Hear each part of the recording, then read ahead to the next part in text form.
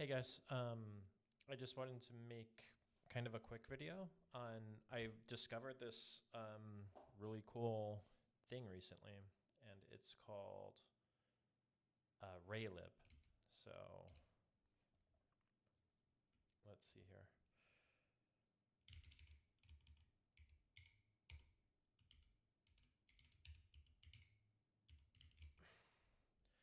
So here's raylib.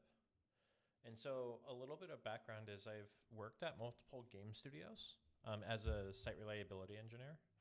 And I've always been kind of like really passionate about video games and really enjoyed um, playing video games from a young age. And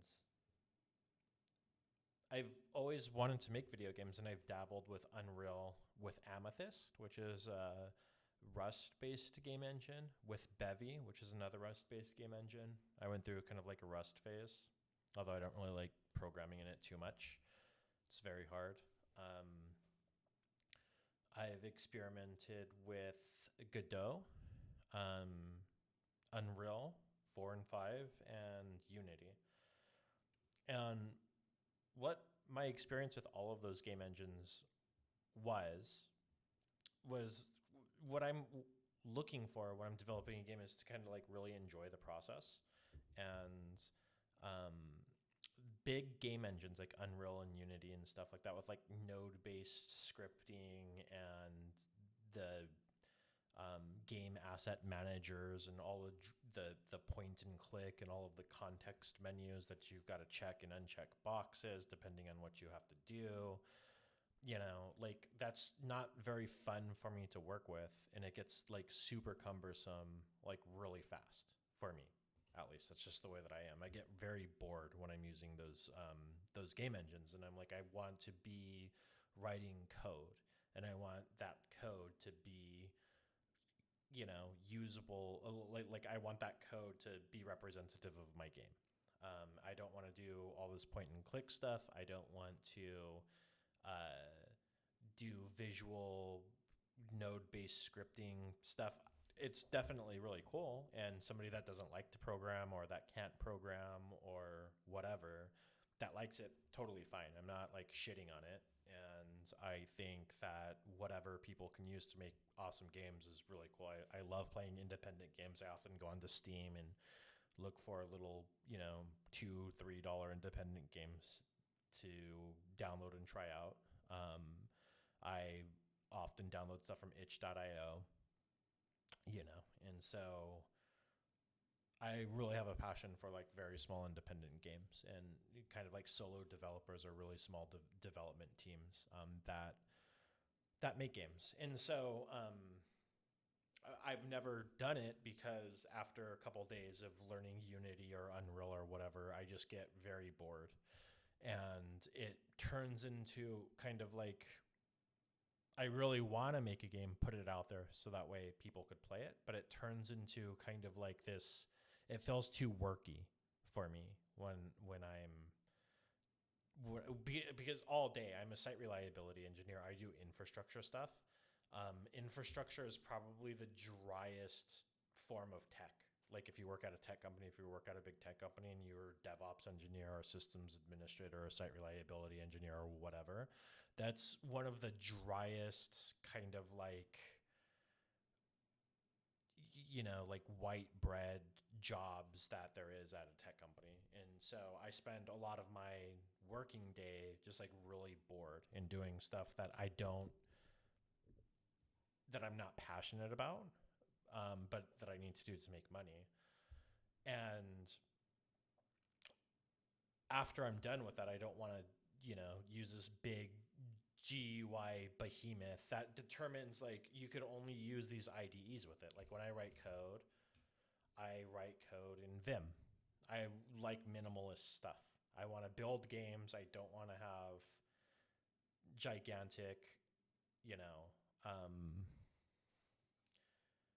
GUI tools, and I don't want it to tell me like you have to use a JetBrains editor or VS Code or this or that.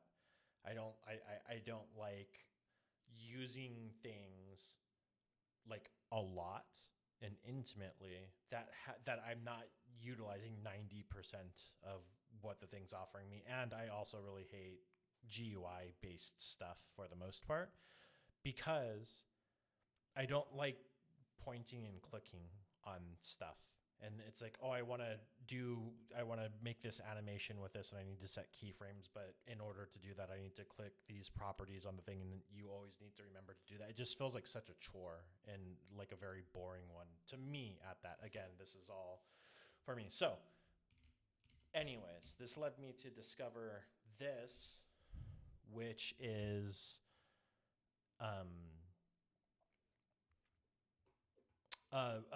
it's basically a library, and it handles all the GPU stuff for you and all of the really like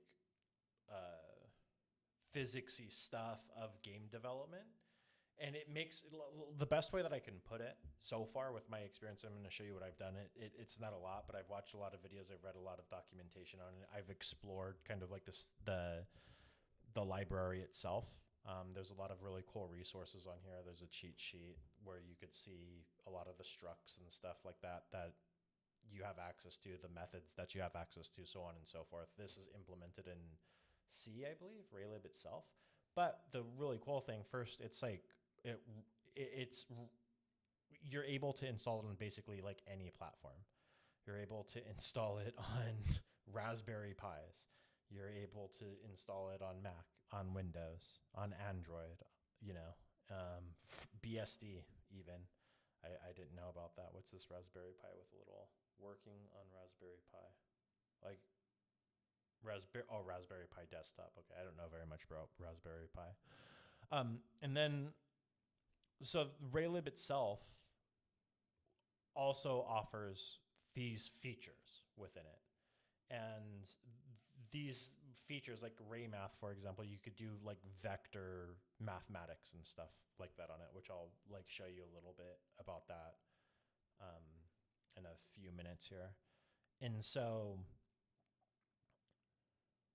it's a really powerful suite of tools where you don't need to do kind of like the boring implementations and the mathy implementations of like adding vectors together, or like defining what vectors are, or accessing GPU API and stuff like that. You just code the game logic of your game, and you have all the building blocks there. Now, I've just started using this, and what I'm going to show you right now is going to dovetail into the point that I want to make. And that's like, here are all of the language bindings, which I think this is like super cool. Like, and a lot of these are really mature. I wanted to learn Zig also. I'm using a terminal that's called Ghosty. And this was created by Mitchell Hashimoto. And he's kind of like the guy that started HashiCorp, which, if you're an infrastructure person like I am, HashiCorp is a very famous company. They make some of the most useful tools in the infrastructure engineering space, like Terraform and Vagrant and stuff like this. And Mitchell Hashimoto, like, he's always been a prolific content creator. Like even before I noticed that he was going onto podcasts like Primogen's podcast and stuff like this. He made videos for HashiCorp where he gave like tutorials and stuff like that of the products that HashiCorp offered. And I was watching them years and years ago, like a really long time ago. So I've always been a big fan of this guy, the way that he explains everything. He's extremely smart. And he makes really good tools. It's kind of like this rock star dev, right? And so, he built Ghosty in Zig. And I mean, it's a huge open source project. I'm sure that a lot of people probably know what it is at this point. It's been released for like 3 weeks, almost a month, I think. And it was highly anticipated. It was in closed beta for, I think, like a year or something like that before it actually was released. And so, a lot of people have heard of it. And at podcasts and stuff that he's been on, where he's talking about the development of Ghosty and everything like this, on top of kind of like his philosophy around terminal emulators and everything like that, which is interesting in and of itself. He also mentions that he he thought of the suite of tools that he wanted to use because he got really tired of writing Golang every day, which is like kind of in the same ballpark as what I'm in because I write a lot of Go for work, and Go is very boring to write. Like it's very productive and very fast and very easy to read and easy to understand, and it's a great first language if you don't know how to code and you want to learn. Like Go is a really great choice. It is extremely simple in almost every way that most other programming languages aren't. Um, and but it gets quite boring to write, and it starts to really feel like a chore. Um, and so you're saying, like, for that reason, he wanted to keep his kind of like programming skills alive, and he wanted to work on a project that he was passionate about and that was fun to work on, right? And so, like, what I'm saying is that, like, I've wanted to build a game for a really long time. I have an idea for a game and everything like this, but I've always gotten way too bored working with these like huge, you know, game engines and whatnot. And so I thought this was really compelling. And then I was looking at game engines because it was that time of the year for me again where I try to find some other small, obscure game engine and see if I enjoy working with it or not. I've never heard of raylib before. Perhaps it's a little bit late, but a new, release has gone out recently, and this is like highly anticipated in the raylib community or something like that. So it's a great time to jump in on it because there's a lot of shiny new features and better organization of like how you access methods in the library and stuff like this. And so, and I want to learn Zig. I don't know Zig. I'm kind of learning it as I go. So I'm, chatting with my friend Claude a lot about stuff, although Claude hallucinates quite a bit when it comes to Zig. For example, it was telling me that I could do destructure. So like this right here, you could see I have the settings that I'm getting. And by the way, this is not idiomatic project structure. It's just kind of like what makes sense to me. You have your entities, you could have systems, you could have components, and everything's really easy to import in Zig.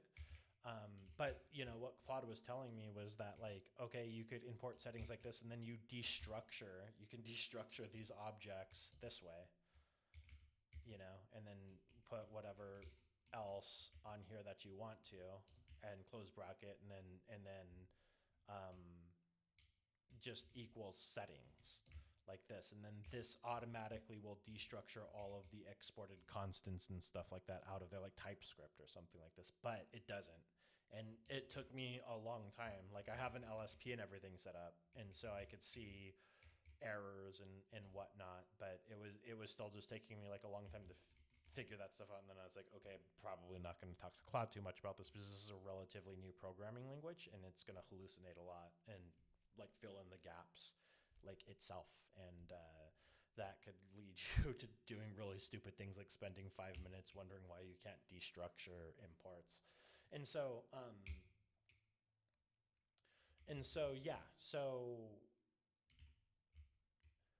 basically you have full, it makes to me it makes like building a game. So far I'm building a toy right now. I'm building Pong, spoiler alert, and there's a lot of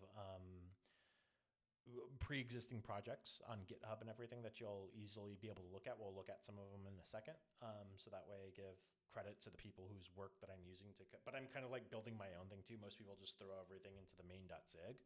I'm trying to structure the project well and everything like that because I want this to be a template for kind of like my real project that I'm going to be working on next. Maybe I'll build one more toy like Snake or something after this.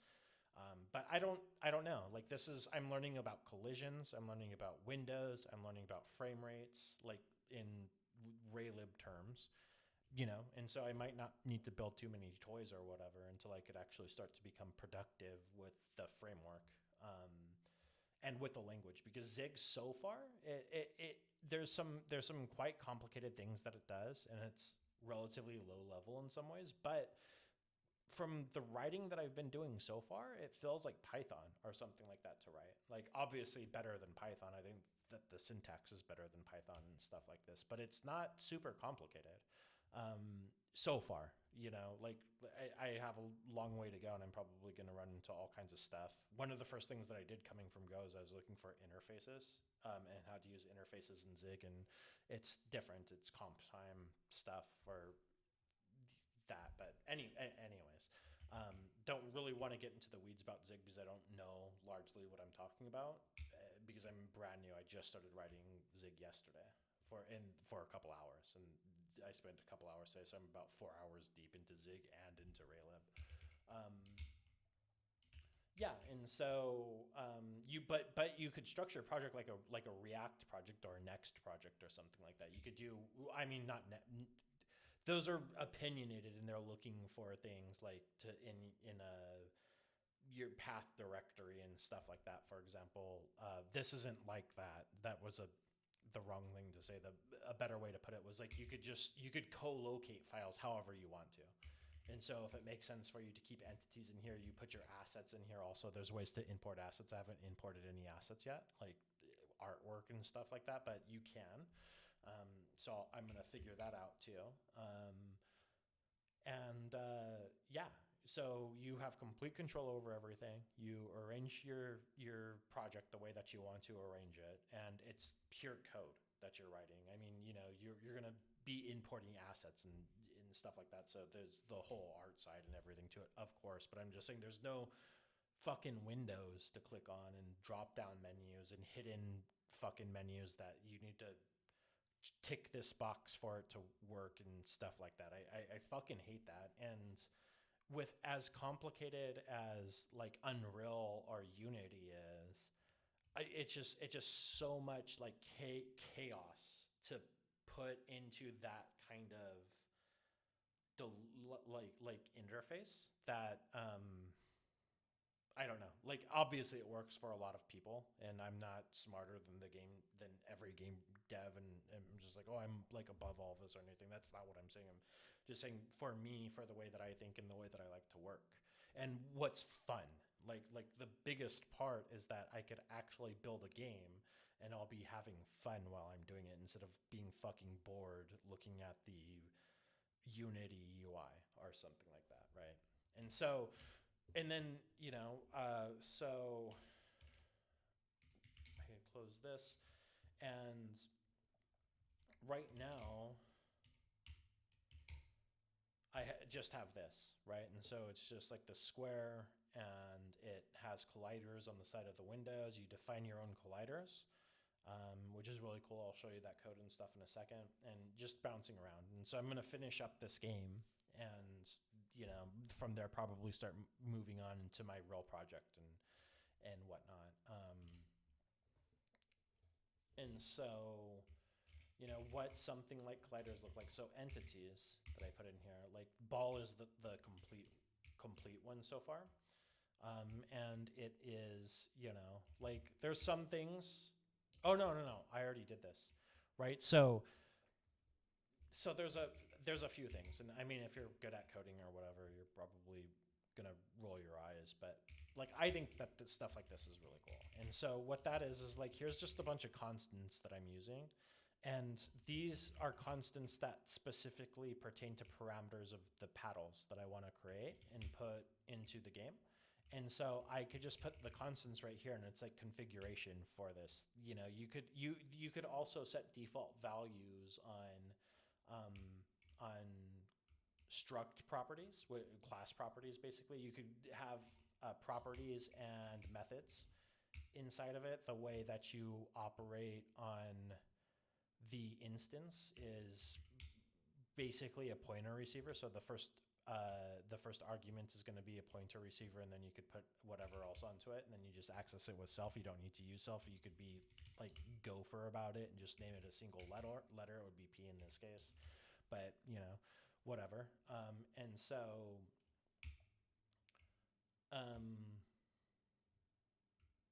Yeah, so I have the settings that are specific to each one of the entities right here, but then I have the settings that are going to be, and I need to put more. I need to put more values in there, kind of like the FPS value and stuff like that. You could put it in a settings file at the top level, or you could create a directory of settings, and you could have your global settings and stuff like that also. So the world settings that's outside of the entities is the settings for that are defined in one place, and then the settings that are specific to the entities you could assign them in another place, or you could do whatever the fuck you want. You could do it any way that you want to, because like you have free reign over it. You're just using a library with it, and I don't know. I just think that's really cool, and so I definitely recommend checking out Zig and checking out raylib. But if you are not interested in Zig, you could go with it. There's Lisp bindings for it. So if you go right here, you could see all the line bindings for it. I don't even know what beef is. Brainfuck is an esoteric language. All kinds of Lisp. Elixir. I think that it would be really cool if Gleam was in here. Unfortunately, Gleam isn't in here. If Gleam bindings existed, I might use Gleam instead of Zig, but I really want to learn Zig. So, but yeah, I mean, so really cool library if you've been interested in making games, but like me, you look at the Unity UI and your eyes just kind of glaze over. This might be a really cool thing for you to check out, and I'm really excited to have discovered it, because like I'm super excited and looking forward to doing more and more game dev and learning more about raylib, and then actually maybe starting to prototype together something that I've been thinking about for a really long time, but just have never kind of like followed through on, because the Unity Unreal development experience is so bad. Or not so bad for me, so boring for me. Um, so yeah, anyways, just wanted to talk about that a little bit. Check out raylib. It's right here. There are lots of examples.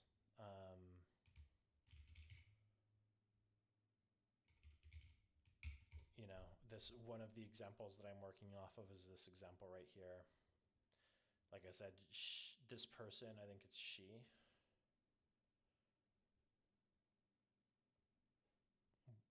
Where does it say the name of the author?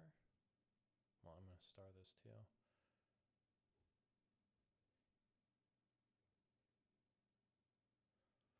Well, what? Oh, coffee cup. My bad. I'm really tired. It's super late at night. I worked a long time today, and then I wanted to spend a couple hours on this. So, yeah, in here you could see she just has everything tucked, or he.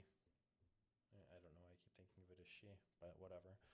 This person has everything just kind of like mashed into this main.zig. So you could use something like this as a template to just like kind of get started, see, how do I declare structs, and how do I set properties inside of structs, and all of the basic stuff about like how you would learn a programming language. And you'll be able to work through this, and then in my case, I'm changing some of the math, I'm changing some of the speeds, the window size, et cetera, et cetera. I'm not doing one-to-one. I'm just using it as a template to look at and be like, okay, this is a working thing. Like I could tweak little things here and there, and then I can co-locate all of the files, and I could make it into an actual like project that's like organized, and it would be able to be huge.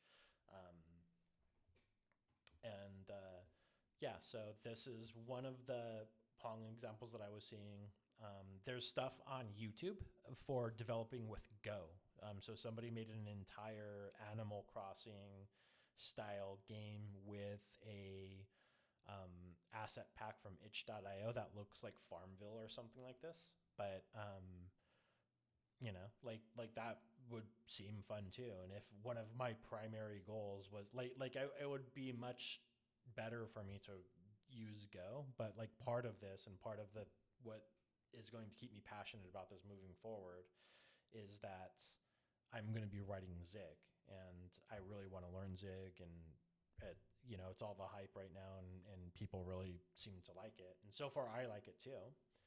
So, and then how they have things. So I've seen, like, if you return an instance of self, like I see this syntax a lot, but also you could just return pointer to the type, pointer to ball. So I don't know what's more idiomatic or not. I haven't read enough code yet. But yeah, so cool syntax, cool sugar, cool features, like pretty fun to write. I like not that hard to understand, I could look at this and it reads pretty easily for me, as opposed to something like Rust, traits and blah blah blah. I don't know. Rust has just always been really hard for me to read, and so yeah. Anyways, talk to you guys later.